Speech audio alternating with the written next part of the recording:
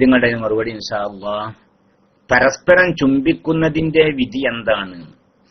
പരസ്പരം ചുംബിക്കുക പറഞ്ഞാൽ ഇപ്പോ എങ്ങനെ ഒരാൾ മറ്റൊരാളെ കാണുമ്പോ ചുംബിക്കുക എന്നുള്ളത് വിധി എന്താന്ന് പറഞ്ഞാല് അത് പ്രത്യേക ഒരു ശഹ്വത്തൊന്നും ഇല്ലെങ്കിൽ അത് അനുവദിക്കപ്പെട്ട വിഷയമാണെങ്കിലും അത് ചില മര്യാദകൾ നമ്മുടെ ബഹുമാനപ്പെട്ട ഉലമാക്കൾ അവരുടെ കിതാബുകൾ പറഞ്ഞിട്ടുണ്ട്. ഈ ചുംബനത്തിന് ചില മര്യാദകൾ. ചുംബനം 5 രീതിയിലാണ്. വഖാല സുഫിയാനു തഖ്ബീലു യദിൽ ആലിമി സുന്നത്തുൻ. ആലിമീങ്ങളുടെ കൈ ചുംബിക്കൽ സുന്നത്താണ്. അപ്പൊ അതൊരു ഇബാദത്ത് കൂടിയാണ്. ആലിമീങ്ങളുടെ കൈ ചുംബിക്കുക നമ്മുടെ നാട്ടിലൊക്കെ സാധാരണ ചെയ്യാറുണ്ടല്ലോ. ഖാല ഫഖീഹു അബുൽ ലൈസ് അൽ ഖുബ്ലത്തു അലാ 5 ഔജുഹിൻ. ചുംബനം 5 രീതിയിലാണ്. ഒന്ന് ഖുബ്ലത്തു തഹിയ്യത്തിൻ, ഒന്ന് ഒരു എന്താ അതിന് പറയാ, ഒരു ആശീർവാദത്തിന്റെ ചുംബനം ഉണ്ടല്ലോ. അതെങ്ങനെയാണ്? ബഹുവായി യുഖബ്ബില ബഅദുനാ ബഅദൻ അലൽ യദി. ഒരാളെ മറ്റൊരാളെ കാണുമ്പോ കയ്യും ചുംബിക്കുക. ഒന്നിലൊക്കെ പിന്നെ ദൂരെ വഴിക്കുന്നൊക്കെ വന്നാലേ, ദൂരൊക്കെ വഴിക്കുന്നൊക്കെ ഒരാൾ വന്നാല് ആളെ എന്ത് ചെയ്യുക, അയാളെ കയ്യൊക്കെ ചുംബിച്ചുകൊണ്ട് സ്വീകരിക്കുക. അത് അങ്ങനെ ഒരു ചുംബനം ഉണ്ട്. അത് ചുംബനത്തിന്റെ ഒന്നാണത്. ഖുബ്ലത്തു റഹ്മത്തിൻ, ഒന്ന് കരുണയുടെ കാരുണ്യ ചുംബനം, അങ്ങനെ ചുംബനുണ്ട്. കാരുണ്യ ചുംബനം എന്താണത്? വഹിയ ഖുബ്ലത്തുൽ വാലിദൈനി വലദഹുമ. മാതാപിതാക്കൾ മക്കളെ ചുംബിക്കുക, അത് റഹ്മത്തിന്റെ ചുംബനം അല്ലേ. അപ്പോ തഹിയ്യത്തിന്റെ ചുംബനം അത് പിന്നെ പുറത്തുനിന്ന് ഒക്കെ ഒരാൾ ഇങ്ങോട്ട് വന്ന് നമ്മുടെ വീട്ടിലേക്ക് വന്നു എന്നാൽ അയാളെ കാണുമ്പോൾ ചുംബിക്കുന്ന അയാളെ ചുംബിക്കുക, അയാളെ കൈ ചുംബിക്കുക, അത് തഹിയ്യത്തിന്റെ ചുംബനം എന്ന് പറയും. പിന്നെ മക്കളുടെ കവിളത്ത് ചുംബിക്കുക, കയ്യുമലല്ല പിന്നെ കവിളത്ത് ചുംബിക്കുക, അത് റഹ്മത്തിന്റെ ചുംബനം എന്നതിന് പറയാം. പിന്നെ വഖുബ്ലത്തു ഷഫഖത്തിൻ, ഒന്ന് സ്നേഹത്തിന്റെ ചുംബനം ഉണ്ട്. അതെന്താണത്? വഹിയ തഖ്ബീലുൽ വലദി വാലിദൈഹി അലാ റൂസിഹിമാ. മാതാപിതാക്കളുടെ തലയിൽ ചുംബിക്കുക മക്കള്, അത് ഷഫഖത്തിന്റെ ചുംബനം. മാതാപിതാക്കളുടെ തലയെ ചുംബിക്കുക മക്കളെ. പിന്നൊന്ന് മവദ്ദത്ത്, സ്നേഹത്തിന്റെ ചുംബനം. അതിപ്പോ ഏതാണ്? വഹിയ തഖ്ബീലുൽ അഖി അഖാഹു അൽ ജബ്ഹത്തി. ഷഫഖത്ത് മവദ്ദത്തൊക്കെ തമ്മിൽ വ്യത്യാസം കിട്ടാം അല്ലേ. മാതാപിതാക്കളോടുള്ള അതിന് ഷഫഖത്ത് എന്ന് പറയാം, മവദ്ദത്തല്ല ഷഫഖത്താണ് അതിന് പറയാം. അത് വേറെ തരം സ്നേഹമുള്ളത് അല്ലേ, അത് വേറെ സ്നേഹമാണ്. അതിന് അറബിയിൽ ഷഫഖത്ത് പറയും. സഹോദരന്മാർ പരസ്പരമുള്ള സ്നേഹം അതിന് മവദ്ദത്ത് എന്ന് പറയും അല്ലേ. പിന്നെ ഇഷ്ക്, ഇങ്ങനെയൊക്കെ പലതും ഉണ്ടല്ലോ, അങ്ങനെ പലതും ഉണ്ട്. ഇത് സഹോദരന്മാരുടെ പരസ്പരം ചുംബിക്കല്, അതെവിടെ ചുംബിക്കേണ്ടത്? അത് വഹിയ തഖ്ബീലുൽ വലദി വല അല്ല, വഹിയ തഖ്ബീലുൽ അഖാഹു അൽ ജബ്ഹത്തി, നെറ്റിത്തടത്തിനെ ചുംബിക്കുക. ഒരു സഹോദരൻ മറ്റേ സഹോദരനെ കണ്ടാല് ഏത് അയാളുടെ നെറ്റിയുടെ മേൽ ചുംബിക്കുക. അതും ഒരു തരം ചുംബനമാണ്. അതിന് മബദ്ധത്തിന്റെ ചുംബനം എന്ന് പറയുന്നത്. പിന്നെ ഷഹ്വത്തിന്റെ ചുംബനമുണ്ട്. ഖുബ്ലത്തു ഷഹ്വത്തിൻ, ഷഹ്വത്തിന്റെ ചുംബനം. വഹുവ തഖ്ബീലു സൗജത്തി വൽ അമതി അലൽ ഫമി, ഭാര്യയുടെയും അതുപോലെ അടിമ സ്ത്രീയുടെ ഒക്കെ ചുണ്ടത്ത് ചുംബിക്കുക, അല്ല വായന്റെ മേലെ ചുംബിക്കുക. അത് ഷഹ്വത്ത്, ഖുബ്ലത്തു ഷഹ്വത്ത് എന്ന് പറയും. അപ്പൊ അങ്ങനെ ഇപ്പൊ 4-5 തരം ചുംബനം ഉണ്ട്. മാതാപിതാക്കളുടെ തലയിൽ ചുംബിക്കുക, സഹോദരന്മാരുടെ നെറ്റിയിൽ ചുംബിക്കുക, മാതാപിതാക്കൾ മക്കളുടെ കവിളത്ത് ചുംബിക്കുക, ഭാര്യയുടെ ഒക്കെ വായയുടെ മേൽ ചുണ്ടത്ത് ചുംബിക്കുക, ആലിമീങ്ങളുടെ കൈ ചുംബിക്കുക. പിന്നെ വേറൊരു ചുംബനമുണ്ട്, ദിയാനത്ത്, മതപരമായ ചുംബനം എന്ന് പറയുന്നത്. അതെന്താണ്? ബഹുവ തഖ്ബീലുൽ ഹജറുൽ അസ്വദി, അത് ഹജറുൽ അസ്വദ് ചുംബിക്കുക. അതിന് ഏതായാലും ശരി, അങ്ങനെ പലതരം ചുംബനം ഉണ്ട് എന്നർത്ഥം. ഇപ്പൊ പരസ്പരം ചുംബിക്കുന്നതിനെ കുറിച്ച് ചോദിച്ചപ്പോ എനിക്ക് ഇബാദത്ത് കിട്ടിയപ്പോ നിങ്ങളുമായി പങ്കുവെച്ചതേ ഉള്ളൂ. അസ്സലാമു അലൈക്കും. വലൈക്കും സലാം വറഹ്മത്തുള്ളാഹി.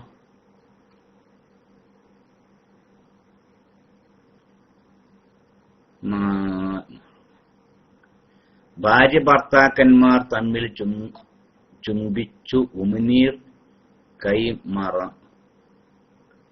കൈമാറാമോ? അതുകൊണ്ട് വിരോധമൊന്നുമില്ല. വല്ലാതെ കൊണ്ട് പറയാൻ വയ്യാന്ന്. അതൊന്നും കുഴപ്പമൊന്നുമില്ല.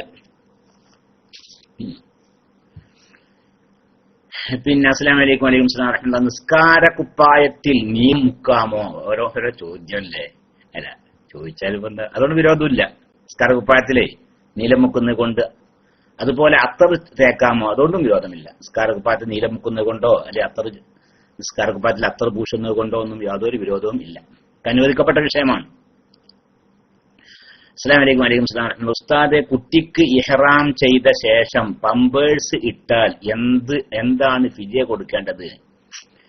കുട്ടിക്ക് ഇഹ്റാം ചെയ്താൽ ചുറ്റിത്തുന്നപ്പെട്ട വസ്ത്രം ഒന്നും ധരിപ്പിക്കാൻ പാടില്ല. ഏത് ആൺകുട്ടിനെ കുറിച്ചാണ് പറഞ്ഞിട്ടാ? പെൺകുട്ടിയാണെങ്കിൽ വിരോധമൊന്നുമില്ല. പെൺകുട്ടിയാണ് നിൽക്കുക. പെൺകുട്ടിയാണെങ്കിൽ ആ കുട്ടിക്ക് ചുറ്റിത്തുന്നപ്പെട്ട വസ്ത്രം ധരിപ്പിക്കുന്നത് കൊണ്ട് വിരോധമില്ലല്ലോ. അപ്പൊ പമ്പേഴ്സ് ഒക്കെ ഇട്ട് കൊടുക്കുകയോ ചെയ്യാം, അതുകൊണ്ട് വിരോധമില്ല. ആൺകുട്ടിയാണെങ്കിൽ ചുറ്റിത്തുന്നപ്പെട്ട വസ്ത്രം ആണുങ്ങൾക്ക് ഹറാമാണല്ലോ ഇഹ്റാം ചെയ്താൽ. അപ്പോ ചെറിയ ആൺകുട്ടിയെ കൊണ്ട് ഇഹ്റാം ചെയ്യിപ്പിച്ചു. എന്നാൽ പിന്നെ ആ കുട്ടിക്ക് പമ്പേഴ്സ് ഇട്ടോട്ട് നിൽക്കുക. അത് കരുതി കൂട്ടിട്ടാണ് എങ്കിൽ, അതായത് അറിഞ്ഞുകൊണ്ട്, കാരണം ഇട്ടുകൊടുക്കാൻ പാടില്ല എന്ന് അറിഞ്ഞുകൊണ്ടാണ് ചെയ്തത്, ഓർമ്മയോടുകൂടിയുമാണ് ചെയ്തത്, എന്നാൽ അത് ഹറാമാണ്, അങ്ങനെ ചെയ്യാൻ പാടില്ല. അതിന് ഫിദിയ കൊടുക്കുകയും വേണം. ഫിദിയ എന്താ കൊടുക്കേണ്ടത്? ഫിദിയ ഒന്നുകിൽ 3 ദിവസം നോമ്പ് നോക്കുക, അതല്ലെങ്കിൽ ആടിനെ അറുത്ത് കൊടുക്കുക, അതല്ലെങ്കിൽ 6 മിസ്കിന്മാർക്ക് അര സാഴ് വീതം ഭക്ഷണധാന്യം നൽകുക. അതാണ് ഇപ്പൊ ഏറ്റവും എളുപ്പം അല്ലേ?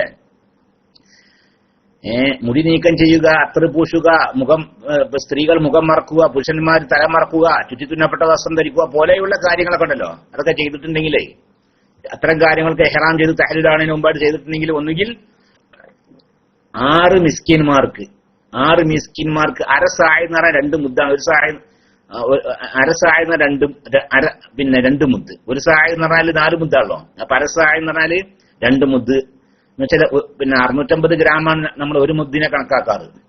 അപ്പൊ അര സാഴാവുമ്പോ 2 മുദ്ദാകുമ്പോ 1/300, 1 കിലോ 300 ഗ്രാം. അപ്പൊ 1 കിലോ 300 ഗ്രാം അരിയോ ഗോതമ്പോ എന്തെങ്കിലുമൊക്കെ ആർക്ക് കൊടുക്കുക?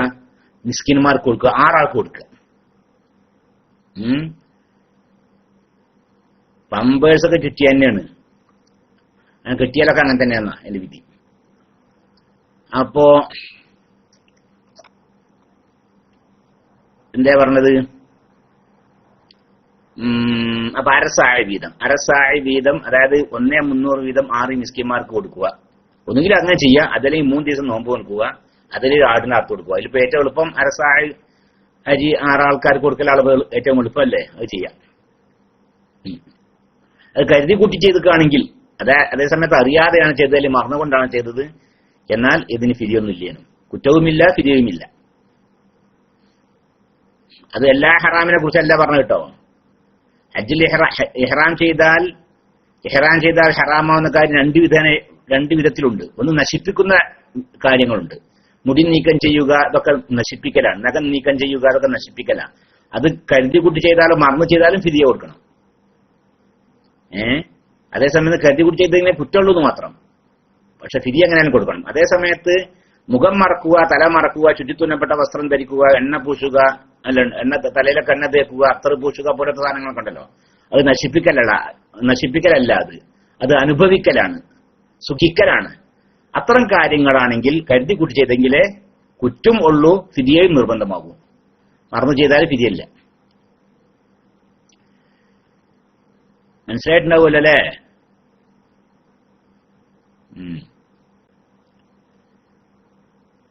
പിന്നെ അസ്സലാമു അലൈക്കും വലൈക്കും സ്സലാം വറഹ്മത്തുള്ളാഹി. ഉസ്താദെ, ഒരു ഉദാഹരണം. ഞാൻ ഒരാളുടെ പേരിൽ മയ്യിത്ത് നിസ്കരിച്ച് പിന്നെ വേറെ ഒരു സ്ഥലത്ത് മയ്യിത്ത് നിസ്കാരത്തിൽ ഒരുപാട് ആളുകളെ മയ്യിത്ത് പേർ പറഞ്ഞപ്പോൾ ഞാൻ ആദ്യം നിസ്കരിച്ച ആളുടെ പേർ പറഞ്ഞാൽ എനിക്ക് ആ മയ്യിത്ത് നിസ്കാരത്തിൽ പങ്കെടുക്കുന്നതിന് കുഴപ്പമുണ്ടോ? ആ കുഴപ്പമൊന്നുമില്ല.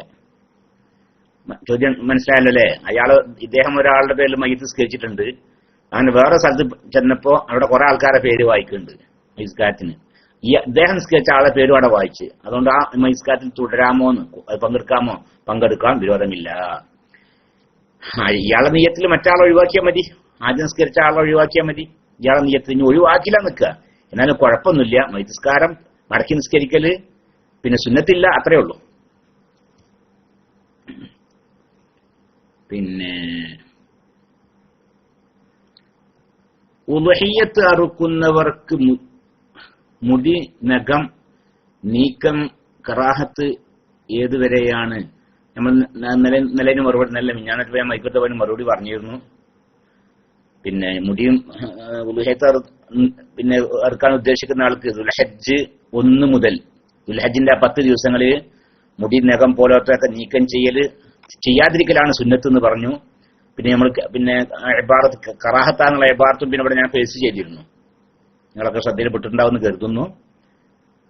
പിന്നെ ദുൽഹജ്ജ് 1 മുതൽ ഉളുഹിയ്യത്തിന്റെ ആ മൃഗത്തെ അറുക്കുന്നത് വരെ നഖം, മുടി അതുപോലെയുള്ള മറ്റ് വസ്തുക്കളൊക്കെ നീക്കം ചെയ്യാതിരിക്കൽ സുന്നത്തും നീക്കം ചെയ്യൽ കറാഹത്തുമാകുന്നു.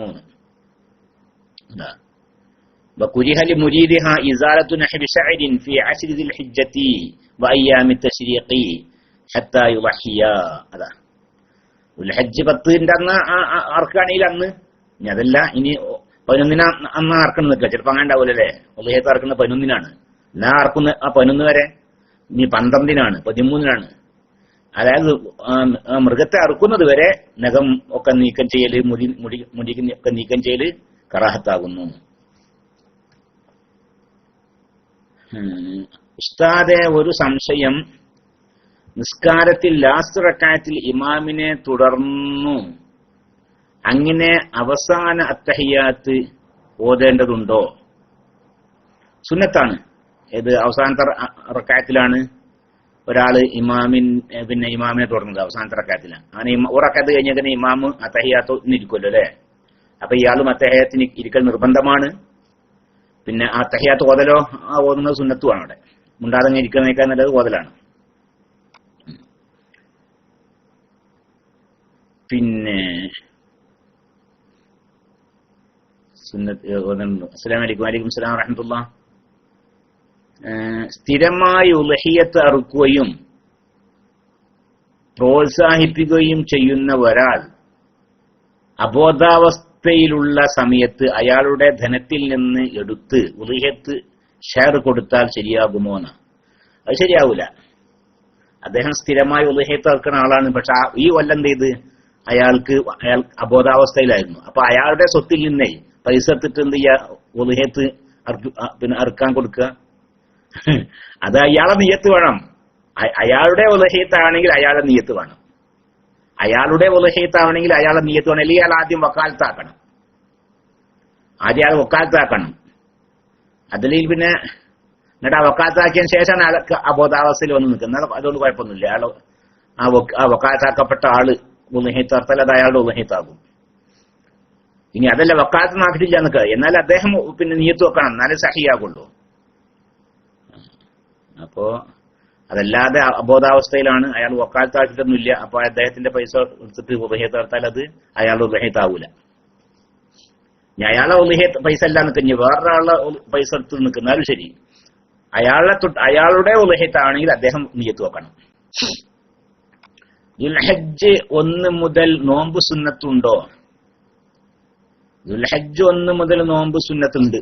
അതായത് ആ കണക്കല്ല, ഇഹ്യാ ഉലൂമുദ്ദീനിലുണ്ട് ആ വിഷയം. എങ്ങനെ ഏത് ഈ യുദ്ധം ഹറാമായ മാസം ഉണ്ടല്ലോ, ആ യുദ്ധം ഹറാമായ മാസത്തിലൊക്കെ പിന്നെ അതിന്റെ ആദ്യത്തെ 10 ദിവസങ്ങളിൽ നോമ്പ് നോൽക്കൽ സുന്നത്താണെന്നുള്ള ഒരു ഇബാറത്താണ്. നോക്കട്ടെ, ഒരു മിനിറ്റ്.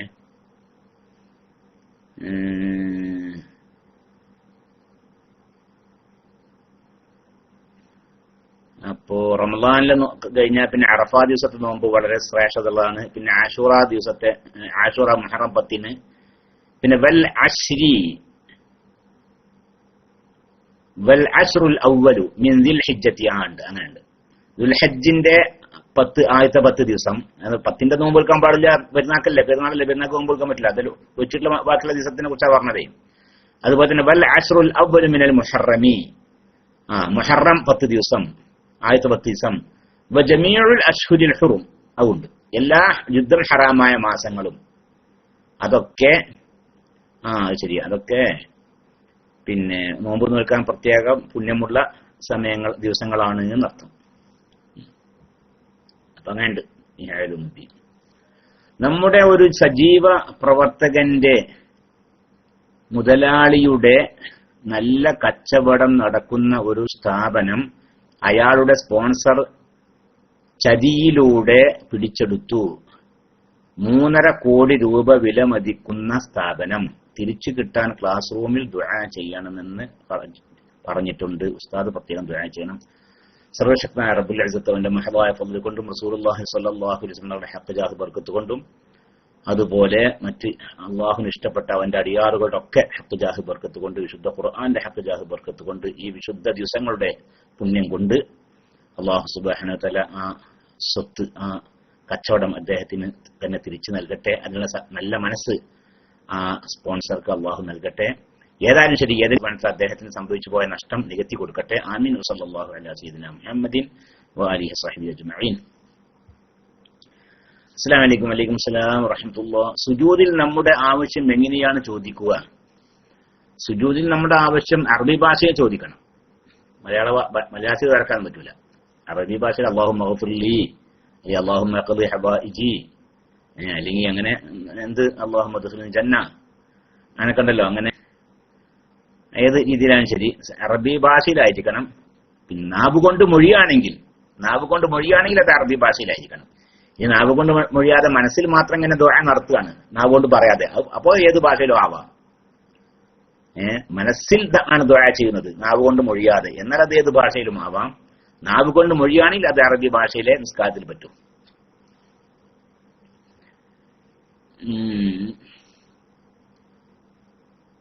ഫിത്ർ സക്കാത്ത് പണമായി നൽകാമെന്ന് ഏതെങ്കിലും മദ്ഹബിൽ അഭിപ്രായമുണ്ടോ? പഠിച്ചോനെ, ഫിത്ർ സക്കാത്തിന്റെ കാര്യം കഴിഞ്ഞില്ല പോലെ അല്ലെ? ഏതായാലും ശരി, ഫിത്ർ സക്കാത്ത് പണമായി നൽകാമെന്നാണ് ഹനഫി മദ്ഹബ്. അങ്ങനെയാണ് ഹനഫി മദ്ഹബില് അതിന്റെ അവകാശികൾക്ക് പിന്നെ ധാന്യമാണ് ഏറ്റവും ആവശ്യമെങ്കിൽ ധാന്യം കൊടുക്കാം, അതല്ല അവർക്ക് അതിന്റെ പണമാണ് ആവശ്യമെങ്കിൽ പണം കൊടുക്കാം എന്നാണ് ഹനഫി മദ്ഹബ്. എന്നാൽ മറ്റു മദ്ഹബുകളിൽ ധാന്യം തന്നെ കൊടുക്കണം, പണം കൊടുക്കാൻ പറ്റുകയില്ല എന്നാണ്. അത് അനുസരിച്ച് നമുക്ക് പണം നൽകാൻ പറ്റുമോ? അത് പറ്റും. ആ മദ്ഹബ് തഖ്ലീദ് ചെയ്തുകൊണ്ട്, ആ വിഷയത്തിൽ ആ ഹനഫി മദ്ഹബ് തഖ്ലീദ് ചെയ്തുകൊണ്ട് പണം വേണമെങ്കിൽ കൊടുക്കാം, അതുകൊണ്ട് വിരോധമില്ല. ദുബൈ ഭാഗത്ത് എല്ലാം പണം വാങ്ങി നാട്ടിലെ പാവങ്ങൾക്ക് നൽകുന്ന പതിവ് ആണ് എന്ന് കേൾക്കുന്നു, ശരിയാകുമോ? അത് ആ മദ്ഹബ് തഖ്ലീദ് ചെയ്തുകൊണ്ട് പണം വാങ്ങാം, അതുകൊണ്ട് കൊടുക്കാം, അതുകൊണ്ട് വിരോധമില്ല. പക്ഷേ മറ്റ് സ്ഥലത്തേക്ക് നീക്കം ചെയ്യണമെങ്കിൽ, നാട്ടിൽ കൊടുക്കണമെങ്കിൽ അവിടെ അവകാശികൾ ഇല്ലാതിരിക്കണം. ദുബൈയിലാണ് അദ്ദേഹം താമസിക്കുന്നതെങ്കിൽ ദുബൈയിൽ അദ്ദേഹം താമസിക്കുന്ന ആ മഹലിൽ സക്കാത്തിന്റെ അവകാശികൾ ഇല്ല നിൽക്കുക, എങ്കിൽ മാത്രമേ മറ്റൊരു സ്ഥലത്തേക്ക് നീക്കം ചെയ്യാൻ പറ്റൂ. ജുമഅക്കുള്ള 1-ാം ബാങ്കിന് ശേഷം സുന്നത്ത് നിസ്കാരത്തിന് സമയം തുടങ്ങുമോ? 1-ാം ബാങ്കിന്റെ ശേഷം നിൽക്കല്ല, ളുഹറിന്റെ സമയം കടക്കണം, എന്നാലേ ളുഹറിന്റെ മുമ്പുള്ള സുന്നത്ത് ജുമഅന്റെ മുമ്പുള്ള സുന്നത്തൊക്കെ സഹിയാകൂ. ളുഹറിന്റെ മുമ്പ് 4 റക്അത്ത് സുന്നത്തുണ്ടല്ലോ അല്ലെ, 2 റക്അത്ത് അല്ലെങ്കിൽ 4 റക്അത്ത് ഏറ്റവും അഫ്ളലാണ്. അത് പിന്നെ ളുഹറിന്റെ മുമ്പ് എപ്പോഴാണ് അതിന്റെ സമയം കടക്കല്? ളുഹറിന്റെ സമയം കടക്കണം, നല്ല സുന്നത്തിന്റെ സമയം കടക്കുള്ളൂ. അതുപോലെ തന്നെ ജുമഅക്കും അങ്ങനെ തന്നെ. ജുമഅന്റെ മുമ്പുള്ള സുന്നത്തിന്റെ സമയം കടക്കണമെങ്കിൽ ളുഹറിന്റെ സമയമാവണം.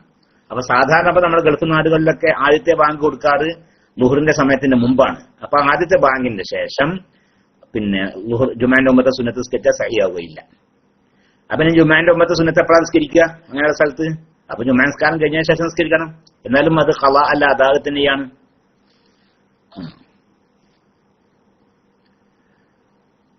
പിന്നെ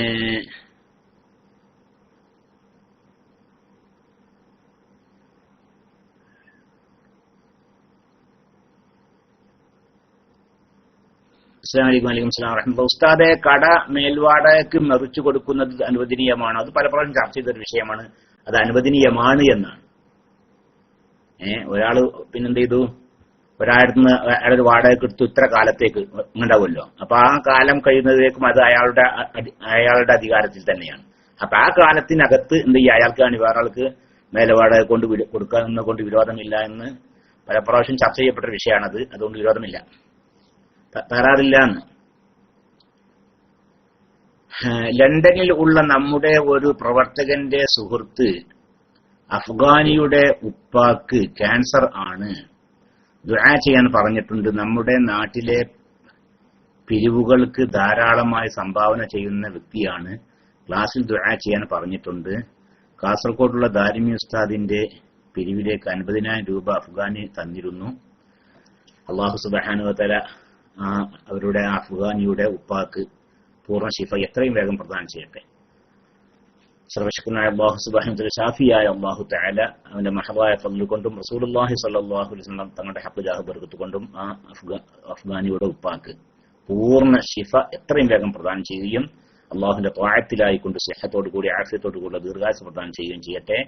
ആമീൻ. വസല്ലല്ലാഹു അലാ സയ്യിദിനാ മുഹമ്മദിൻ വഅലിഹി വസഹ്ബിഹി അജ്മഈൻ. അസ്സലാമു അലൈക്കും. വഅലൈക്കും അസ്സലാം വറഹ്മത്തുള്ളാഹി. ഉസ്താദേ, എന്റെ ഉസ്താദിന്റെ ഇൽമില്ല, ശരി, ഉസ്താദിന്റെ ഇൽമിൽ അല്ലാഹു ബർക്കത്ത് ചെയ്യട്ടെ. ആമീൻ.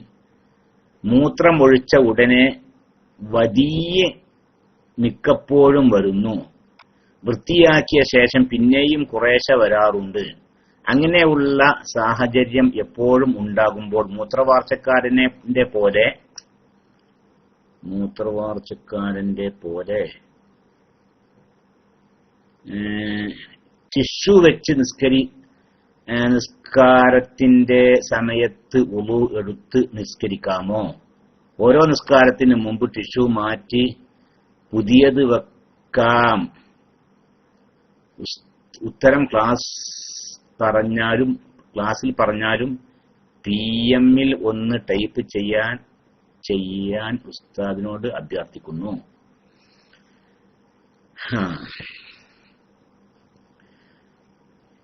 PM ിലൂടെ ഇതിനൊക്കെ പാടെ മറുപടി കൊടുക്കണേ കുറെ പറയാനുണ്ട്.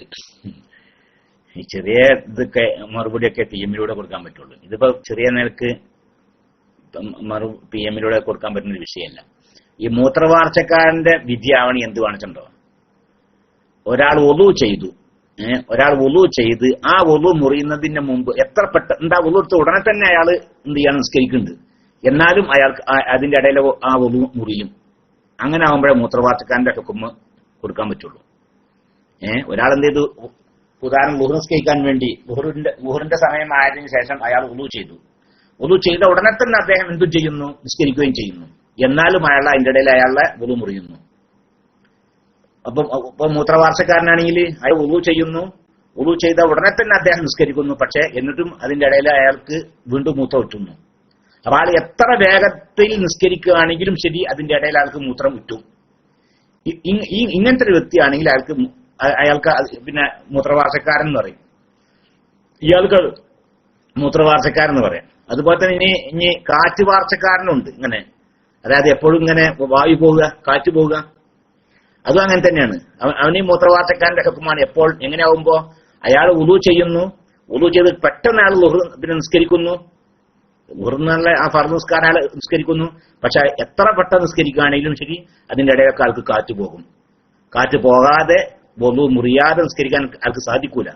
അപ്പോൾ അയാൾക്ക് മൂത്രവാർച്ചക്കാരന്റെ ഹുക്മാണ്. അതുപോലെ തന്നെ ഇയാൾക്കും തന്നെ വദിയെ പുറപ്പെടുന്ന ആളുകൾ അങ്ങനെ തന്നെ നിൽക്കുക. അയാൾ വുളു ചെയ്തിട്ട് പെട്ടെന്ന് അയാൾ നിസ്കരിക്കുന്നു. പക്ഷെ എന്നാലും അതിന്റെ ഇടയിൽ അയാൾക്ക് അയാളുടെ വദിയെ പോകും. എന്നാൽ അയാൾക്ക് മൂത്രവാർച്ചക്കാരന്റെ ഹുക്മാണ്. അതല്ല പിന്നെ കുറെയൊക്കെ നേരം കഴിഞ്ഞിട്ടേ പിന്നെ വദിയെ പോകുള്ളൂ നിൽക്കുക. എന്നാലും അയാൾക്ക് മൂത്രവാർച്ചക്കാരന്റെ ഹുക്മ അല്ല. ഇപ്പൊ ഞാൻ ഈ പറഞ്ഞതുപോലെയാണെങ്കിൽ അയാൾക്ക് മൂത്രവാർച്ചക്കാരന്റെ ഹുക്മാണ്. അപ്പോൾ അയാള് നിസ്കാരത്തിന്റെ സമയം ആയതിനു ശേഷമേ വുളു ചെയ്യാൻ പറ്റുകയുള്ളൂ. വുളു ചെയ്ത ഉടനെ തന്നെ അയാൾ വേഗം നിസ്കരിക്കുകയും വേണം. ഒരു വുളു കൊണ്ട് ഒരു ഫർദ് മാത്രം നിസ്കരിക്കാൻ പറ്റൂ, സുന്നത്ത് എത്രയും ആവാം. അസ്സലാമു അലൈക്കും. വഅലൈക്കും സലാം വറഹ്മത്തുള്ളാഹി. ഉസ്താദേ, ഫർദ് നിസ്കാരത്തിൽ ഫാത്തിഹയിൽ ബിസ്മി ഓതൽ നിർബന്ധമില്ലാത്ത മദ്ഹബുണ്ടോ?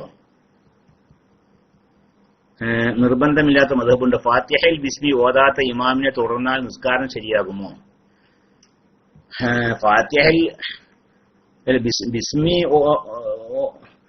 ഫാത്തിഹയിൽ പെട്ടതല്ല എന്ന് പറയുന്ന മദ്ഹബൊക്കെ ഉണ്ട്.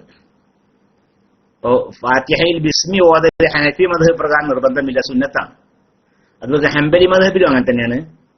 പിന്നെ വഹിയ സുന്നത്തുൻ ഇൻദൽ ഹനഫിയത്തി വൽ ഹനാബിലത്തി, ഹനഫി മദ്ഹബിലും ഹംബലി മദ്ഹബിലും ബിസ്മി ഓതൽ പിന്നെ സുന്നത്താണ്. നിർബന്ധമല്ല. അമ്മ ഷാഫിഅത്തു ഫയഖൂലൂന ഇന്നഹാ ഫർളുൻ. ഷാഫി മദ്ഹബ് അനുസരിച്ച് നിർബന്ധമാണ് ബിസ്മി ഓതല്. മാലിക്കി മദ്ഹബ് അനുസരിച്ച് ഇത് കറാഹത്തുമാണ്. യഖൂലൂന ഇന്നഹാ മക്റൂഹത്തുൻ. ബിസ്മി ഓതല് കറാഹത്തുവാണെന്ന്.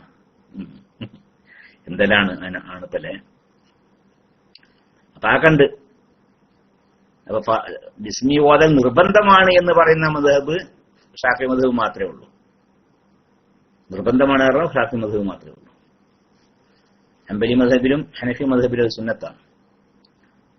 ഇനി ബിസ്മി ഓതാത്ത ഇമാമിനെ തുടർന്ന് നിസ്കരിക്കാൻ പോകുന്ന ബിസ്മി തീരെ ഓതിട്ടില്ല ആള് ആ ഉറപ്പാണ് നിൽക്കുക. ബിസ്മി ആൾ തീരെ ഓതിട്ടില്ല എന്ന കാര്യം ഉറപ്പാണ്. എന്നാൽ അയാളെ തുടർന്ന് നിസ്കരിച്ചാൽ നിസ്കാരം ശരിയാവൂല. നിസ്കാരം ശരിയാണെങ്കിൽ എന്ത് വേണം? അയാളുടെ മദ്ഹബ് നമ്മൾ തഖ്ലീദ് ചെയ്യണം. അയാളുടെ മദ്ഹബ് എന്ന് വേണമെന്നില്ല. ബിസ്മി ഓതൽ നിർബന്ധമില്ല എന്ന് പറയുന്ന മദ്ഹബ് ഉണ്ടല്ലോ, അത് നമ്മളും തഖ്ലീദ് ചെയ്യണം. എന്നാലേ നിസ്കാരം ശരിയാവുള്ളൂ.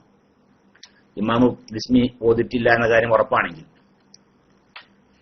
അസ്സലാമു അലൈക്കും. വലൈക്കും അസ്സലാം വറഹ്മത്തുള്ളാഹി. ഉസ്താദേ, ഖളാ വീട്ടിയ നോമ്പിന്റെ മുദ് എവിടെയാണ് ഞാൻ കൊടുക്കേണ്ടത്? ഞാൻ സൗദിയിലാണ്.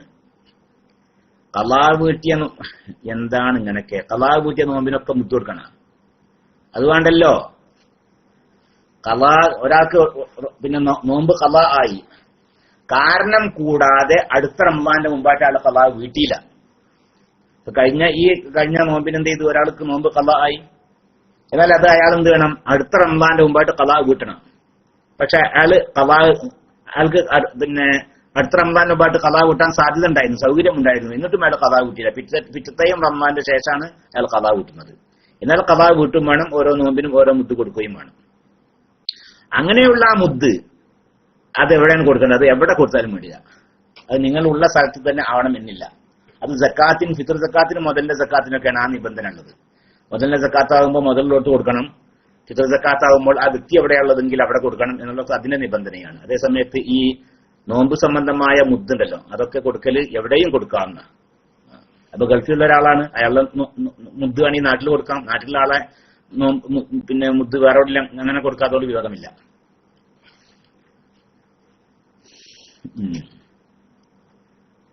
അസ്സലാമു അലൈക്കും. വലൈക്കും അസ്സലാം വറഹ്മത്തുള്ളാഹി. അന്യ സ്ത്രീകളോട് സലാം പറയൽ ഹറാമാണോ? അന്യ സ്ത്രീകളോട് സലാം പറയൽ ഹറാമാവൽ ഫിത്ന ഭയപ്പെട്ടെങ്കിൽ മാത്രമേ ഉള്ളൂ. ഒരു രസം, ഒരു സുഖിക്കല് ഒരു അന്യപ്പെണ്ണിനോട്, അത് സലാമിന് മാത്രമല്ല സംസാരത്തിനും അങ്ങനെ തന്നെയാണ്. ഒരു അന്യപ്പെണ്ണിനോട് സംസാരിച്ച് സുഖിക്കുക ഉണ്ടല്ലോ, അത് ഹറാമ. അപ്പൊ അതുപോലെ തന്നെ സലാം ചൊല്ലി സുഖിക്കുക, അത് ഹറാമ. അതേസമയത്ത് അന്യ സ്ത്രീയാണ്, ആവശ്യത്തിന് അവരോട് സംസാരിക്കാം, അതുകൊണ്ട് വിരോധമൊന്നുമില്ല. സംസാരിച്ച് സുഖിക്കുക, അതാണ് ഹറാം. പിന്നെ സലാം ചെല്ലുന്നതിന്റെ വിധി എന്താണ്? സലാം ചെല്ലുന്നത് അന്യ സ്ത്രീയാണ്, അവൾ യുവതിയാണ്, അവൾ തനിച്ചുമാണ്. എന്നാൽ അവൾക്ക് സലാം ചെല്ലൽ കറാഹത്താണ്, ഹറാമല്ല കറാഹത്താണ്. ഫിത്ന ഭയപ്പെടുന്നുവെങ്കിൽ ഹറാമാണ്, അതല്ലെങ്കിൽ കറാഹത്താണ്. അവൾ യുവതിയാണ്, അവൾ തനിച്ചുമാണ് എങ്കിൽ. അതേസമയത്ത് ഒരു പെണ്ണ് മാത്രമല്ല, കുറെ പെണ്ണുങ്ങളുണ്ട്, ആ കൂട്ടത്തിൽക്കാൻ സലാം ചെല്ലുക, എന്നാൽ കറാഹത്തൊന്നുമില്ല. അതല്ലെങ്കിൽ യുവതി അല്ല, അവൾ വയസ്സക്തിയാണ്, കണ്ടാൽ ആഗ്രഹം തോന്നാത്ത തള്ളയാണ്, എന്നാലും പിന്നെ കറാഹത്തില്ല എന്ന് മാത്രമല്ല, പുരുഷന്മാർക്ക് സലാം ചെല്ലൽ സുന്നത്തുള്ളത് പോലെ തന്നെ ആ വയസ്സത്തിക്കും സലാം ചെല്ലൽ സുന്നത്ത് തന്നെയാണ്.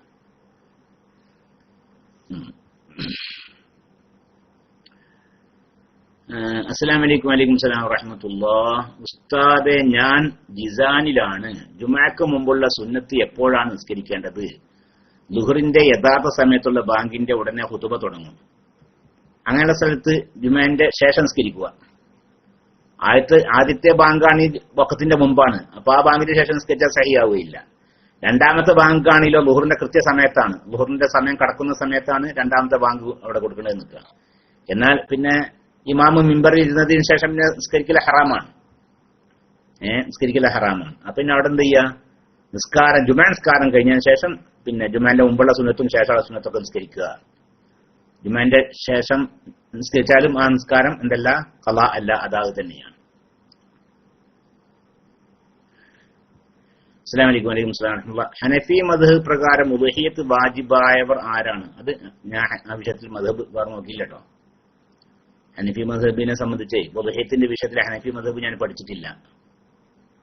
അപ്പൊ അത് അല്ലെങ്കിൽ ഞാനിപ്പോ മറ്റു മദ്ഹബൊന്നും ഇങ്ങനെ പറഞ്ഞത് ചിലപ്പോൾ നമ്മുടെ ശ്രദ്ധയപ്പെടുന്ന ചില വിഷയങ്ങൾ പറയണത് അല്ല. അപ്പൊ ആ മദ്ഹബൊക്കെ എല്ലാ മദ്ഹബും നമുക്ക് അറിഞ്ഞുകൊണ്ട് പറയണതല്ല. ഷാഫി മദ്ഹബിനെ ഇപ്പൊ നല്ലപോലെ അറിയില്ലല്ലോ അല്ലേ? ഷാഫി മദ്ഹബിനെ ഇപ്പൊ നല്ലപോലെ അറിഞ്ഞിട്ടല്ലല്ലോ. ചില ആവശ്യമുള്ള വിഷയങ്ങൾ നമുക്ക് അറിയുന്നത് പറയുന്നു, ഇനി അറിയാത്ത വിഷയമാണെങ്കിൽ നോക്കിയിട്ടൊക്കെ പറയുന്നു. അതേസമയം ഹനഫി മദ്ഹബൊക്കെ ഇപ്പൊ നമ്മൾ വളരെ നിർബന്ധമായ സാഹചര്യം ഉണ്ടാകുകയാണെങ്കിൽ നോക്കുക എന്നല്ലാതെ മറ്റപ്പ വേറെ ഒന്നും അറിയില്ല. അപ്പൊ ഹനഫി മദ്ഹബ് സംബന്ധമായി ഹനഫി മദ്ഹബിൽ ഉലഹി സംബന്ധമായ വിഷയം കൂടുതൽ പഠിച്ചിട്ടില്ല. ഇപ്പൊ പഠിക്കേണ്ട ഒരു ആവശ്യമില്ലല്ലോ അല്ലേ? അപ്പൊ അങ്ങനെ പഠിക്കേണ്ട ഒരു ആവശ്യം ഇപ്പൊ നമുക്ക് തോന്നുന്നില്ല.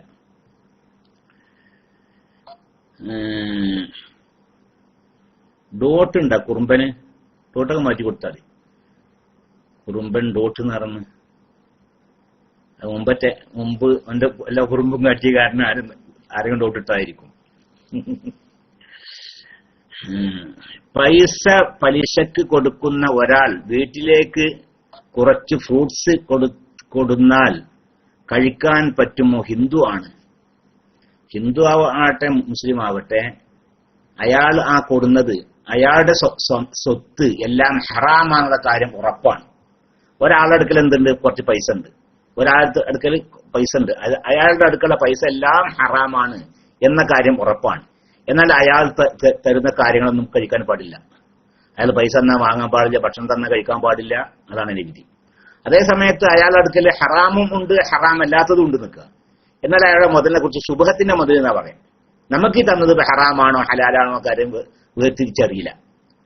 എന്നാൽ അത് കഴിക്കുന്നത് കൊണ്ട് വിരോധമില്ല, കഴിക്കാതിരിക്കലാണ് ഉത്തമം. മനസ്സിലായല്ലേ? അപ്പൊ ഒരാൾ നിങ്ങൾക്ക് ആ ഫ്രൂട്ട് സാധനങ്ങൾ തന്ന അദ്ദേഹത്തിന്റെ അടുക്കലുള്ള മുതലൊക്കെ ഹറാമാണ്, ഹറാമല്ലാത്ത മുതൽ അയാളുടെ അടുക്കൽ ഇല്ല എന്ന കാര്യം നിങ്ങൾക്ക് ഉറപ്പാണ്. എന്നാൽ നിങ്ങൾക്കത് വാങ്ങാൻ പാടില്ല, അത് കഴിക്കാൻ പാടില്ല. അതേ സമയത്ത് അയാളുടെ അടുക്കൽ ഹറാമായ സ്വത്തുണ്ട്, ഹലാലായ സ്വത്തുണ്ട്, ഒക്കെ ഉണ്ട്. പക്ഷെ നിങ്ങൾക്ക് തന്നതിപ്പോ എന്താണെന്ന് അറിയില്ല. എന്നാൽ അത് ഉപയോഗിക്കാതിരിക്കലാണ് ഏറ്റവും ഉത്തമം. ഉപയോഗിക്കുന്നുണ്ട്, വിരോധമില്ല.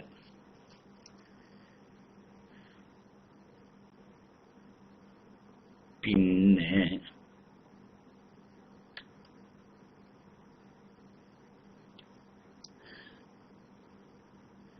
അത്യാവശ്യമാണ് ഭാര്യ ഹനഫിയാണ്. പക്ഷെ നന്നായി നോക്കണം. ഭാര്യ ഹനഫിയാണ്. ഇപ്പൊ എന്താ ഹനഫിക്ക് ഭാര്യ ഇപ്പൊ ഹനഫിയായിട്ട് തന്നെ ജീവിക്കാനുണ്ട്. അപ്പോ ആയിക്കോട്ടെ, ഞാൻ നോക്കാം. അത്യാവശ്യമാണ് ഹനഫി മതം പ്രകാരം ആ ഭാര്യയ്ക്ക് വേണമെങ്കിൽ ഏത് മതവും സ്വീകരിച്ചൂടെ അല്ലേ? 4 മതം ഇന്ന് ഏതും സ്വീകരിക്കാം. അതിപ്പോ ഒരാൾ പിന്നെ ആള് മരിക്കുന്നവരെയൊക്കെ ഒരു മതബിനെ ആകാൻ പറ്റുള്ളൂ, അങ്ങനൊന്നുമില്ല. മതബൊക്കെ അങ്ങോട്ടുണ്ടൊക്കെ മാറുകയൊക്കെ ചെയ്യാം. ഇന്ന് ഒരു മതബാണ്, നാളെ വേറെ മതബ്, മറ്റന്നാൾ വേറെ മതബ്, അങ്ങനൊക്കെ ആവാം. പക്ഷെ അമല് സഹീഹാവണം. ആ രീതിയിൽ അങ്ങോട്ട് കൊണ്ട് ഏച്ചുകുട്ടി ചെയ്യരുന്നു മാത്രം, അത്രേ ഉള്ളൂ. അപ്പൊ ഏതായാലും ശരി, ഞാൻ പിന്നെ ഹനഫി മതബിൽ അനുസരിച്ച് ഉളുഹിയത്തിനെ കുറിച്ച് ഞാൻ നോക്കട്ടെ ഇൻഷാ അല്ലാഹ്, പിന്നീട് അറിയിക്കാം.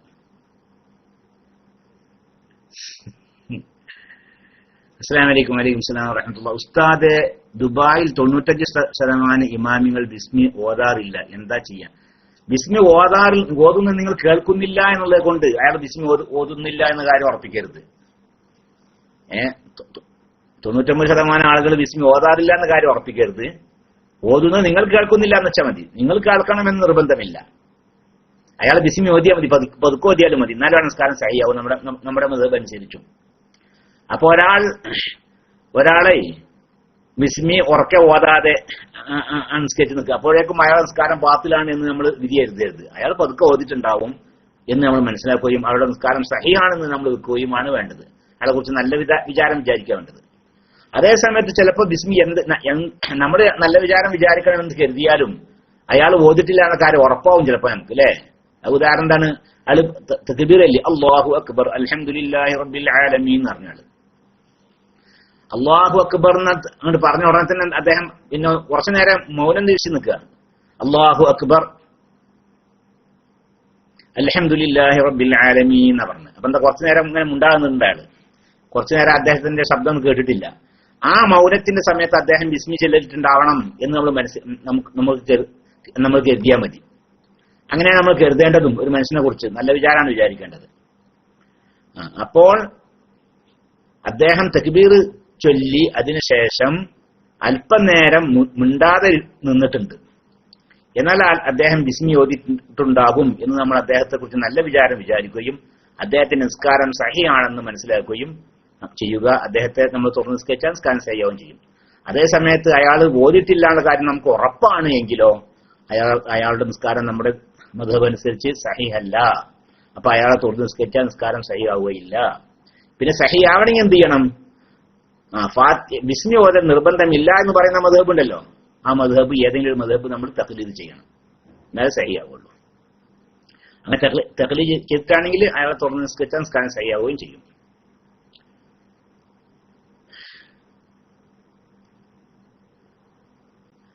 അസ്സലാമു അലൈക്കും. വലൈക്കും സലാം വറഹ്മത്തുള്ളാഹി. ഉസ്താദെ, സംസം വെള്ളം നിന്ന് കുടിക്കലാണ് സുന്നത്ത് എന്ന് കേട്ടു, ശരിയാണോ? അതൊരു അഭിപ്രായ വ്യത്യാസമുള്ള വിഷയമാണ്. സംസം വെള്ളം നിന്നിട്ടാണോ? ആ ഉലമാക്കൾക്കിടയിൽ അഭിപ്രായ വ്യത്യാസമുള്ള ഒരു വിഷയമാണ്.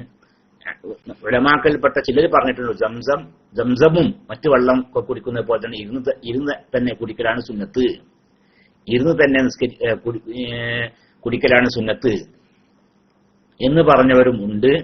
അതല്ല, സംസം നിന്ന് കുടിക്കലാണ് സുന്നത്ത് എന്ന് പറഞ്ഞവരുണ്ട്. റസൂലുള്ളാഹി സ്വല്ലല്ലാഹു അലൈഹി വസല്ലം തങ്ങൾ സംസം നിന്ന് കുടിച്ചു. അതിനെക്കുറിച്ച് പറഞ്ഞത് അത് അവിടെ നിന്ന് ഇരുന്ന് കുടിക്കാനുള്ള സൗകര്യം ഉണ്ടായിരുന്നില്ല, അതുകൊണ്ട് റസൂലുള്ളാഹി നിന്ന് കുടിച്ചതാണ് എന്ന് പറയുന്ന ഒരു വിഭാഗം. അതല്ല, സംസം നിന്ന് കുടിക്കലാണ് സുന്നത്ത്, അതുകൊണ്ടാണ് റസൂലുള്ളാഹി നിന്ന് കുടിച്ചത് എന്ന് പറഞ്ഞവരുണ്ട്. അപ്പൊ ആ നിലക്കാണ് അഭിപ്രായ വ്യത്യാസം ഉണ്ടായിട്ടുള്ളത്. ഉളുഹിയ്യത്ത് അറുക്കാൻ ഒരാളെ വക്കാലത്താക്കി അയാൾ മറ്റൊരാളെ വക്കാലത്താക്കിയാൽ ആ വക്കാലത്ത് സ്വീകരിച്ചവൻ അറുക്കുമ്പോൾ ഇങ്ങനെ നിയ്യത്ത് ചെയ്യൽ ശരിയാകുമോ? എന്നെ വക്കാലത്ത് ആക്കിയവൻ ഉദ്ദേശിച്ച ആളെ തൊട്ട് ഞാൻ ഉളുഹിയ്യത്ത് അറുക്കുന്നു. വക്കാലത്താക്കാൻ പാടില്ല, ആ വക്കാലത്ത് സഹിയാവുകയില്ല. ഒരാളെ വക്കാലത്താക്കി നിൽക്കുക, അയാൾ പിന്നെ വേറെ ആളെ വക്കാലത്താക്കുക, ആ വക്കാലത്ത് സഹിയാവുകയില്ല. അയാൾ വേറെ ആളെ വക്കാലത്താക്കണമെങ്കിൽ ആദ്യം ഇയാളെ വക്കാലത്താക്കിയാൽ അയാളെ സമ്മതം വേണം, അല്ലാതെ വക്കാലത്താക്കാൻ പറ്റുകയില്ല. അപ്പോ അങ്ങനെയാണെങ്കിൽ പിന്നെന്ത് ചെയ്യാ? മനസ്സിലാക്കുന്ന വിഷയം, ഒരാളെ ഒരു കാര്യം വക്കാലത്താക്കി, ഇനി അയാൾക്ക് ഇനി ആ വിഷയം വേറെ ആളെ വക്കാലത്താക്കാൻ പറ്റുമോ? വക്കാലത്താക്കാൻ പറ്റൂല, ആ വക്കാലത്ത് സഹിയാവുകയില്ല എന്നാ. പിന്നെ വക്കാലത്താക്കാൻ എന്ത് വേണം? പിന്നെ ആദ്യത്തെ ആള് സമ്മതം വേണം. എനിക്ക് ഇന്ന വിഷയത്തിൽ നിങ്ങൾ വക്കാലത്താക്കിയിരുന്നു, പക്ഷെ എനിക്ക് നടപ്പിലാക്കാൻ സാധിക്കൂല കേട്ടോ, അതുകൊണ്ട് ഞാൻ ഇന്ന ആളെ ഏൽപ്പിക്കട്ടെ എന്നയാൾ ചോദിക്കണം. അന്ന് ഏൽപ്പിച്ചോ എന്ന് അയാൾ സമ്മതം കൊടുക്കണം, എന്നാലേ പറ്റുള്ളൂ. അപ്പൊ ശ്രദ്ധിക്കേണ്ട ഒരു വിഷയമാണ്.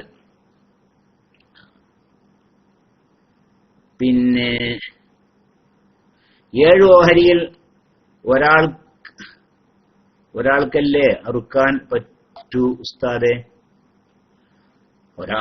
പിന്നെ 7 ഓഹരിയിലാക്കുമ്പോ ആ 7 ഓഹരിയിൽ ആരെങ്കിലും ഒരാൾ അറക്കണം, അല്ല 7 ആൾക്കും കൂടി അർത്ഥം ശരിയാവില്ലല്ലോ. അതങ്ങനെ തന്നെ. അത് മറ്റുള്ള ആളുകളൊക്കെ പാടെ ഒരാളെ ഏൽപ്പിക്കുക, അതിൽപ്പെട്ട ഏതെങ്കിലും ഒരാളെ ഏൽപ്പിക്കുക.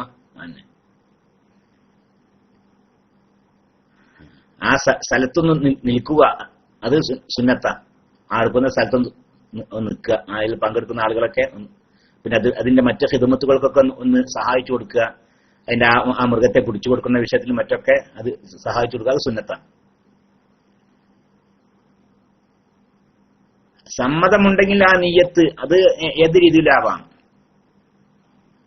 ഒരാളെ ഇനി മറ്റാളെ സമ്മതത്തോടു കൂടി വക്കാലത്താക്കണമെങ്കിൽ തന്നെ അത് ആദ്യത്തെ ആൾ നിങ്ങളെ വക്കാലത്താക്കിയതുപോലെ ആ നിയ്യത്ത് ഏത് രീതിയിലാകാൻ വേണ്ടില്ല, അതുകൊണ്ട് വിരോധമില്ല.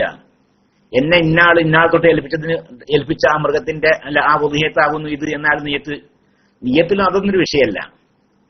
അതൊക്കെ പിന്നെ ആ ആളെ പേരിങ്ങനെ പറഞ്ഞോളൊന്നുമില്ല. പിന്നെ ഇന്നാളെ തൊട്ട് അറുത്തു കൊടുക്കാൻ വേണ്ടി എന്നെ ഏൽപ്പിച്ചു, ആ ഉളുഹിയ്യത്താകുന്നു ഇത് എന്ന് കരുതിയാൽ മതി, എന്ന് എത്തിച്ചാൽ മതി. ഇത് ആ വക്കാലത്തിന്റെ വിഷയമാണ് ഞാൻ പറഞ്ഞതേ. അസ്സലാമു അലൈക്കും. വലൈക്കും സലാം വറഹ്മത്തുള്ളാഹി. പിന്നെ വലിയ പെരുന്നാൾ നിസ്കാരത്തിന് ശേഷം തക്ബീർ ചൊല്ലണോ? മുഖയ്യദായ തക്ബീർ ഫർദ് നിസ്കാരത്തിന് ശേഷം മാത്രമാണോ? അല്ല, ഈ വലിയ പെരുന്നാൾ തക്ബീർ 3 വിധത്തിലുള്ള തക്ബീർ ഉണ്ട്. ദുൽഹജ്ജ് 1 മുതൽ ആ 10 ദിവസങ്ങളിലും, ദുൽഹജ്ജ് 1 മുതൽ 10 വരെ ഉള്ള ആ ദിവസങ്ങളിലൊക്കെ സുന്നത്താണ് ഏത്? ബലിമൃഗങ്ങളെ, അതായത് ആടുമാട് ഒട്ടകങ്ങളെ കാണുമ്പോൾ തക്ബീർ ചെല്ലുക, അവകളുടെ ശബ്ദം കേൾക്കുമ്പോൾ തക്ബീർ ചെല്ലുക, അത് സുന്നത്താണ്. അത് ഒരു തക്ബീറാണ് അത്. രണ്ടാമത്തെ തക്ബീർ പിന്നെ അറഫാ ദിവസം സുബ്ഹി മുതൽ അയ്യാമു തശ്രീഖിന്റെ അവസാനത്തെ ദിവസം അസർ ഉണ്ടല്ലോ, അതായത് ദുൽഹജ്ജ് 9 സുബ്ഹി മുതൽ ദുൽഹജ്ജ് 13 അസർ വരേക്കുമുള്ള അസർ വരേക്കും എല്ലാ ഫർള് നിസ്കാരങ്ങളുടെയും സുന്നത്ത് നിസ്കാരങ്ങളുടെയും മജ്‌ലിസ്കാരത്തിന്റെ ഒക്കെ നിസ്കാരങ്ങൾക്ക് ശേഷം തക്ബീർ ചൊല്ലുക, അതൊരു സുന്നത്താ. അപ്പൊ 2 തരം തക്ബീറായി അല്ലേ. മൂന്നാമത്തെ തക്ബീർ ഈ പെരുന്നാളിന്റെ തലേ ദിവസം മഗ്‌രിബ് മുതൽ പിന്നെ പെരുന്നാളിന്റെ ആ ദിവസം ഇമാമ് നിസ്കാരത്തിലേക്ക് പ്രവേശിക്കുന്നവരേക്കും സദാസമയത്തും തക്ബീർ ചൊല്ലുക. അത് പ്രത്യേക സമയമല്ലേ അതിന്, എപ്പോഴും തക്ബീർ ചൊല്ലുക, നടക്കുമ്പോഴും ഇരിക്കുമ്പോഴും കിടക്കുമ്പോഴും ഒക്കെ തക്ബീർ ചൊല്ലുക, ഉറക്കെ ചൊല്ലുക. അത് വേറെ തരം തക്ബീറാണ്. ഇങ്ങനെ 3 തരം തക്ബീർ കണ്ടു. തലേ ദിവസം, പെരുന്നാളിന്റെ തലേ ദിവസം മഗ്‌രിബ് മുതൽ പിന്നെ പെരുന്നാൾ ദിവസം ഇമാമ് പെരുന്നാൾ നിസ്കാരത്തിലേക്ക് പ്രവേശിക്കുന്ന സമയത്തും പ്രവേശിക്കുന്നത് വരെ എല്ലാ സമയത്തും തക്ബീർ ചൊല്ലുക. നിസ്കാരങ്ങൾക്ക് ശേഷം മാത്രമല്ല, എല്ലാ സമയത്തും. അപ്പൊ അത് പിന്നെ ചെറിയ പെരുന്നാൾ അത് പിന്നെ ഇപ്പൊ പെരുന്നാൾ നിസ്കാരത്തിന് ശേഷമുള്ള തക്ബീർ ഉണ്ടോ അല്ലേ? അതുണ്ട്. എല്ലാ ഇതുണ്ടല്ലോ, ഏത് അറഫാ ദിവസം സുബ്ഹി മുതൽ അയ്യാമു തശ്രീഖിന്റെ അവസാന ദിവസം അസർ വരെ എല്ലാ നിസ്കാരങ്ങൾക്ക് ശേഷവും തക്ബീർ ചൊല്ലൽ സുന്നത്തുണ്ടല്ലോ. ഫർള് നിസ്കാരമാവട്ടെ, സുന്നത്ത് നിസ്കാരമാവട്ടെ, മയ്യിത്ത് നിസ്കാരമാവട്ടെ, ഏത് നിസ്കാരത്തിന് ശേഷവും തക്ബീർ ചൊല്ലൽ സുന്നത്തുണ്ട്. ആ രീതിയിൽ പെരുന്നാൾ നിസ്കാരത്തിന് ശേഷവും തക്ബീർ ചൊല്ലൽ സുന്നത്താണ് എന്ന് മാത്രം. പിന്നെ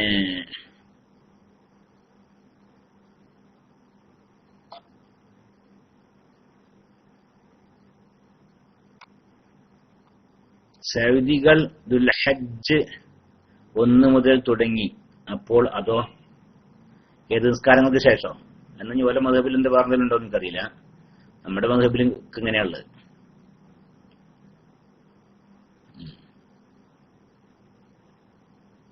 പിന്നെ നിസ്കാരങ്ങൾക്ക് ശേഷം എനിക്കറിയില്ല കേട്ടാ, ഉണ്ടാവൂല. ഹംബലി മദ്ഹബാണല്ലോ, ഹംബലി മദ്ഹബിൽ അങ്ങനെ ഇല്ലല്ലോ. ഹംബലി മദ്ഹബില അങ്ങനെ ഉള്ളതായിട്ട് നമുക്കറിയില്ല. ഇൻഷാ അല്ലാഹ് ഉണ്ടെങ്കിൽ ഞാൻ അങ്ങനെ ഉണ്ട് എങ്കിൽ ഞാൻ ഇൻഷാ അല്ലാഹ് വിവരം അറിയിക്കണ്ട് നോക്കിയിട്ട്.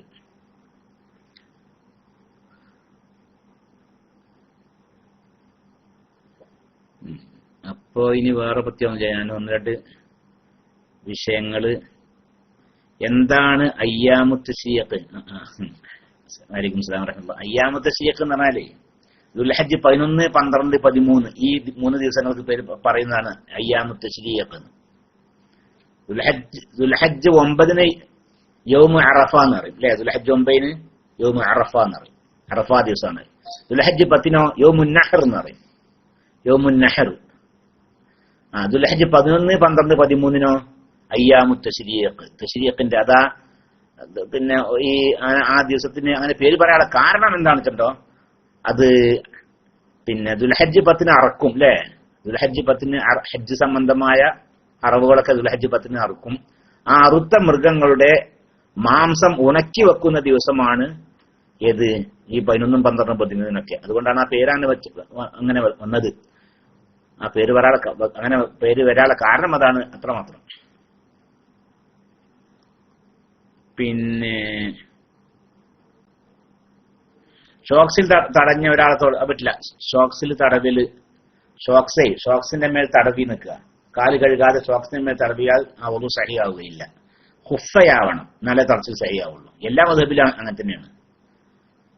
അപ്പോ അത് സഹിയല്ല. കിടക്കുമ്പോൾ ഏത് ഭാഗം ചെരിഞ്ഞ് കിടക്കണം? കിടക്കുമ്പോൾ വലഭാഗം താഴ്ഭാഗത്താക്കിക്കൊണ്ട് ഭൂമിയോട് ചേർത്തുകൊണ്ട്, ഇടഭാഗം മുകളിലാക്കിക്കൊണ്ട് പിന്നെ ഖിബ്ലയിലേക്ക് മുന്നിട്ട് കിടക്കലാണ് സുന്നത്ത്. അത് കിടക്കുന്ന ഒരു രൂപമാണ്, അങ്ങനെ തന്നെ കിടക്കണം എന്നല്ല, അതൊരു രൂപമാണ്. വലഭാഗം താഴ്ഭാഗത്താക്കിക്കൊണ്ട് ഇടഭാഗം മുകളിലേക്കാക്കിക്കൊണ്ട് ഖിബിലയിലേക്ക് മുന്നിട്ട് കിടക്കുക. അപ്പൊ നമ്മുടെ നാട്ടിലൊക്കെ ഇപ്പൊ അത് വടക്ക് ഭാഗത്ത് തല വെക്കുക, തെക്ക് ഭാഗത്തേക്ക് കാല് വെച്ച് വലഭാഗത്തിന്റെ മേൽ കിടക്കുക, ഖിബിലേക്ക് മുന്നിട്ട് പോകുക. അതൊരു രൂപമാണ്. അത് സാധിക്കുന്നില്ല എങ്കിൽ ഇടഭാഗം താഴ്ഭാഗത്താക്കിക്കൊണ്ട് അപ്പൊ വടക്കോട്ട് തല വെക്കുക, തെക്കോട്ട് കാല് വെക്കുക, എന്നിട്ട് ഇടഭാഗത്തിന്റെ മേൽ ചെരിഞ്ഞു കിടക്കുക. അതും സുന്നത്തായ കിടത്തത്തിന്റെ മറ്റൊരു രൂപമാണ്. മൂന്നാമത്തെ രൂപമാണ് തെക്ക് ഭാഗത്തേക്ക് തലവെച്ച് പടിഞ്ഞാറ് ഭാഗത്തേക്ക് കാല് നീട്ടിക്കൊണ്ട് മലർന്നു കിടക്കുക. അത് മൂന്നാമത്തെ രൂപമാണ്. അങ്ങനൊക്കെ ആവാം. പിന്നെ എന്റെ മരുമകളുടെ പ്രസവം ഓപ്പറേഷൻ കൂടാതെ നല്ല നിലയിൽ കഴിയാൻ ദുആ ചെയ്യണം. അല്ലാഹു സുബ്ഹാനഹു വ തആല പ്രസവം സുഖമാക്കി കൊടുക്കട്ടെ, വിഷമത്തിലും ബുദ്ധിമുട്ടിലൊന്നും പെടുത്താതിരിക്കട്ടെ. ആമീൻ. വസല്ലല്ലാഹു അലാ സയ്യിദിനാ മുഹമ്മദ്. ഉസ്താദെ, അസ്സലാമു അലൈക്കും. വലൈക്കും സലാം വറഹ്മത്തുള്ളാഹി. ഉളഹിയത്ത് അറുക്കുന്നത് ഒരു ഉമ്മ, 4 മക്കൾ, വല്ലിപ്പ എല്ലാവർക്കും കൂടി നിയ്യത്ത് വെച്ച് ഒരു ഉളഹിയത്ത് എങ്ങനെ അറുക്കാൻ പറ്റുമോ? ഓരോരുത്തർക്ക് ആയിട്ട് അറുക്കണോ? ഒരു കുടുംബമുള്ള ആളാണെങ്കിൽ ആ കുടുംബത്തിൽ ആരെങ്കിലും ഒരാൾ ഒരു മൃഗത്തെ അറുത്തു നിൽക്കുക, എന്നാൽ അതിന്റെ സുന്നത്ത്, അതിന്റെ കൂലി എല്ലാവർക്കും ലഭിക്കുന്നതാണ്. ഇപ്പോ ഒരു കുടുംബം, ആ കുടുംബത്തിൽപ്പെട്ട ഏതെങ്കിലും ഒരാൾ ഉളഹി അറുത്തു, എന്നാൽ അതിന്റെ കൂലി എല്ലാവർക്കും ലഭിക്കുന്നതാണ്. അപ്പോ വാപ്പ ആണ് അറക്കുന്നത്, അല്ലെങ്കിൽ വല്ലിപ്പാണ് അറക്കുന്നത്, എന്നാൽ വല്ലിപ്പാന്റെ മക്കൾക്കും ഒക്കെ ആ കുടുംബത്തിലുള്ള എല്ലാവർക്കും അത് ലഭിക്കും. അതുപോലെ അല്ലെങ്കിൽ വാപ്പയാണ് അറക്കുന്നത്, എന്നാൽ വാപ്പാടെ വാപ്പാക്കും വാപ്പാന്റെ ഉമ്മാക്കും വാപ്പാന്റെ ഭാര്യക്കും മക്കൾക്കൊക്കെ അതിന്റെ പ്രതിഫലം ലഭിക്കുന്നതാണ്.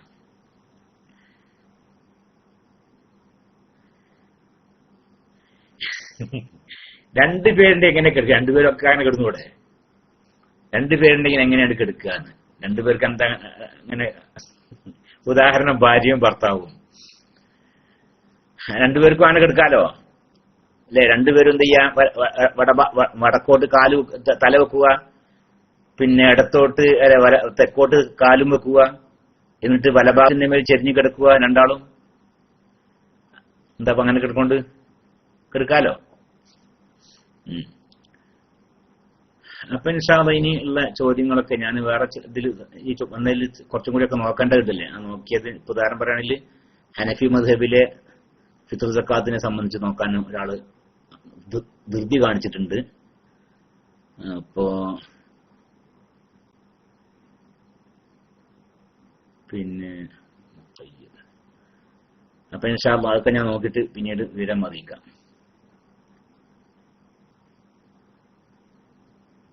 പിന്നെ ഇനി വേറെ പ്രത്യേകമൊന്നുമില്ല. അല്ലാഹു സുബ്ഹാനഹു വ തആല ഇതുവരേക്കും പറഞ്ഞതും ചോദിച്ചതും കേട്ടതൊക്കെ അല്ലാഹു ഖബൂൽ ചെയ്യട്ടെ. പല ആളുകളും പല വിഷയങ്ങൾക്കും വേണ്ടി ദുആ ചെയ്യാൻ വേണ്ടി ആവശ്യപ്പെട്ടു. അവരുടെ ഉദ്ദേശങ്ങൾ അല്ലാഹു സുബ്ഹാനഹു വ തആല നിറവേറ്റി കൊടുക്കട്ടെ.